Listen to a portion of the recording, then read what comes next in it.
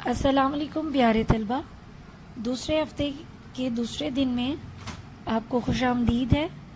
پہلے دن ہم نے نعت کی پڑھائی کی تھی۔ مختصر طور پہ پہلے میں نعت کا آپ کے لیے ادا کر دیتی ہوں۔ نعت وہ نظم ہوتی ہے جس میں نبی پاک صلی اللہ علیہ وآلہ وسلم کی تعریف بیان کی جائے، اور کل جو ہم نے نعت پڑھی تھی اس میں بتایا گیا تھا کہ نبی پاک صلی اللہ علیہ وسلم اللہ کے سب سے محبوب نبی ہیں، وہ رحمت للعالمین ہیں۔ اللہ تعالیٰ نے ان پر نبوت ختم کی، اور آپ صلی اللہ علیہ وسلم حق اور سچائی کی پہچان ہیں۔ آپ صلی اللہ علیہ وسلم حق کی بات کو پھیلاتے ہوئے کبھی بھی اپنے دشمن سے نہیں گھبرائے۔ آپ صلی اللہ علیہ وسلم نے اس پوری دنیا میں اسلام کے پیغام کو پھیلایا اور لوگوں کو سیدھے راستے پر چلنا سکھایا۔ یہ تھا نعت کا آدھا۔ کل ہم نے اس کی وضاحت کی تھی۔ آج ہم نعت کے الفاظ معنی کریں گے اور جملے بنائیں گے۔ یہ الفاظ معنی آپ کی کتاب کے صفحہ نمبر 7 پر موجود ہے۔ سب سے پہلے ہے زینت۔ زینت یعنی خوبصورتی۔ نبی پاک صلی اللہ علیہ وسلم کی ذات اس دنیا کی سب سے خوبصورت ترین چیز ہے۔ صدق، صدق یعنی سچائی، سچی بات۔ آپ صلی اللہ علیہ وسلم کی خوبی ہے صادق، یعنی آپ ہمیشہ سچ بولتے تھے۔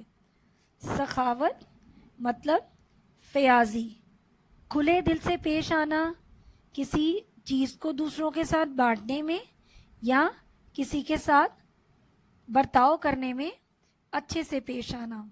باطل حق کی ضد ہے، یعنی جھوٹ۔ بیگانے کا مطلب ہوتا ہے اجنبی۔ اجنبی یعنی وہ لوگ جنہیں ہم جانتے نہیں ہیں۔ عظمت یعنی بڑائی۔ بڑائی کیا بیان کی گئی ہے اس نعت میں کہ نبی پاک صلی اللہ علیہ وسلم کی شان سب سے اونچی ہے اور اللہ تعالیٰ کی ذات اور اس کا دین سب سے عظیم ہے۔ من بھاتی۔ من بھاتی مطلب پسندیدہ، جو آپ کے دل کو اچھی لگتی ہو، جو آپ کو پسند ہو۔ حق یعنی سچائی، سیدھی بات، سچی بات۔ نبی پاک صلی اللہ علیہ وسلم نے دنیا میں لوگوں کو حق اور سچ کی سیدھی بات بتائی۔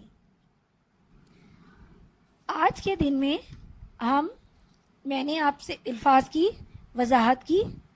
آپ لوگوں نے ان الفاظ معنی کو کتاب کے صفحہ نمبر، آپ سب طلبہ نے ان الفاظ کو کتاب کے صفحہ نمبر 7 سے یاد کرنا ہے، اور آپ کا جو آج کا اسائنمنٹ کا کام ہے، آپ نے صفحہ نمبر 7 پر موجود یہ الفاظ معنی یاد کرنے ہیں، اور کوئی سے 5 الفاظ کو لے کر ان کے جملے بنانے ہیں۔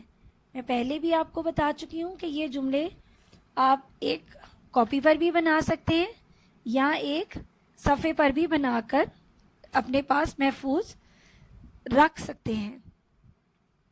امید ہے کہ آج کا کام آپ کو اچھے سے سمجھ آ گیا ہوگا۔ اللہ حافظ۔